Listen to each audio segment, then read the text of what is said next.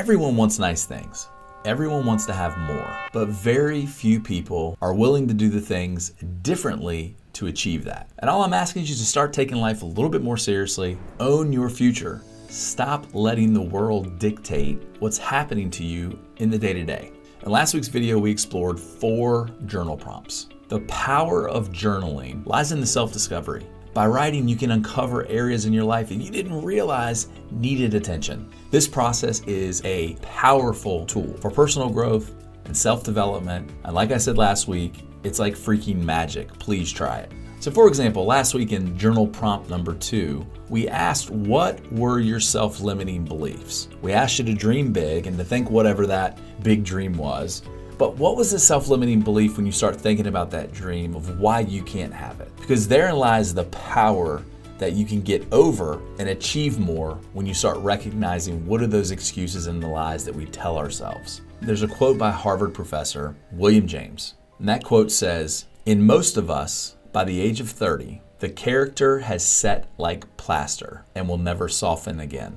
This means by the age of 30, we're so set in our ways that it's tough for us to learn new things. By 30, that's insane to me, that's frightening. And we know that most older people don't engage in new things. Now, when you think about life expectancy, now it's in the mid-70s. But when our country was founded, life expectancy was 39. So people weren't dreaming big back then, they were looking for survival. So when you think about that, 200 plus years ago, the life expectancy being 39, but how do we explain that members of the founding fathers lived on average 20 years longer than the rest of the population? And there were 3 founding fathers that actually lived into their 80s, twice the age of the rest of the population. And they lived longer because they dreamed bigger. They had hopes of developing a future, of making hundreds of thousands and now millions of lives better. Life slowed down for them. Now, you guys have heard me say this before. We are the average of the 5 people that we spend the most time with. But pay close attention to the environment that you surround yourself with.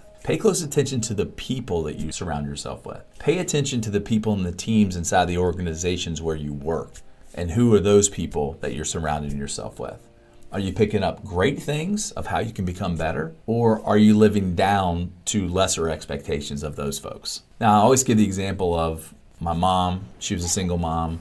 She cleaned houses for extra cash. And my mom loved decorating homes. Okay, she was awesome and still is to this day. She didn't struggle to find new cleaning clients because those clients knew that when my mom came along to clean the house that she would also be open to redecorating their homes. But she would do that at her hourly cleaning rate, not the rate that 5x or 10x of what an interior designer would charge.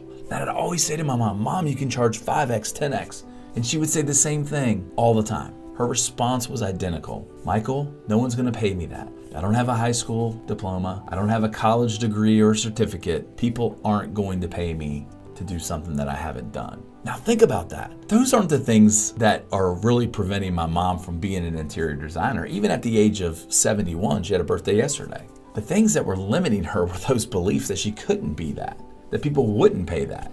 But in reality, people would, and she would have had to done less because she would charge more. And how many things are preventing you from doing the things that you're great at, the talents that you have?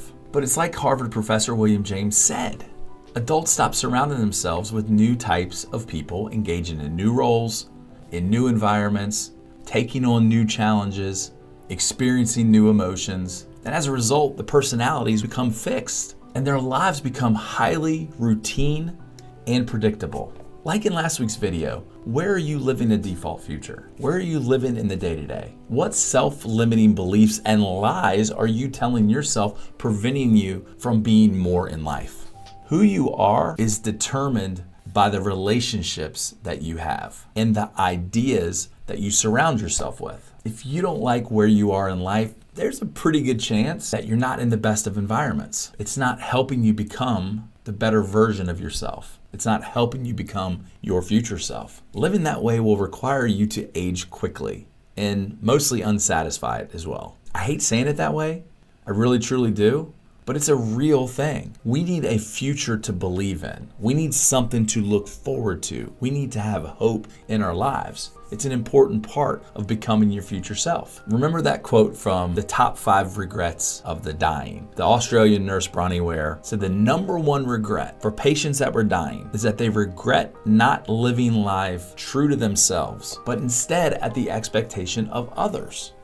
Don't have those regrets on your deathbed. Today, I want you to take action. Do something differently. Please try, if you didn't last week, work on journal prompts. Go back to last week's, watch it again, and then come back and watch this one. Maybe you have to choose to give somebody up in your life that's not serving your purpose. Maybe there's a habit or something that you do routinely that's something you have to give up. If it's gonna make you better, give them or it up. Now, there are 3 journal prompts today. The first journal prompt, I want you to revisit last week's number 2 journal prompt and ask yourself, what are your self-limiting beliefs? What are those lies that you're telling yourself? And spend time on this. Really think deeply on where you are fooling yourself. What's holding you back? And number 2, what's one step that you can take this week that moves you forward towards a new goal? And number 3, when was the last time you had a moment where you were proud of yourself? Where you pat yourself on the back. What were you doing and what was taking place? Now, I hope you enjoyed these videos. It's gonna come fast and furious every week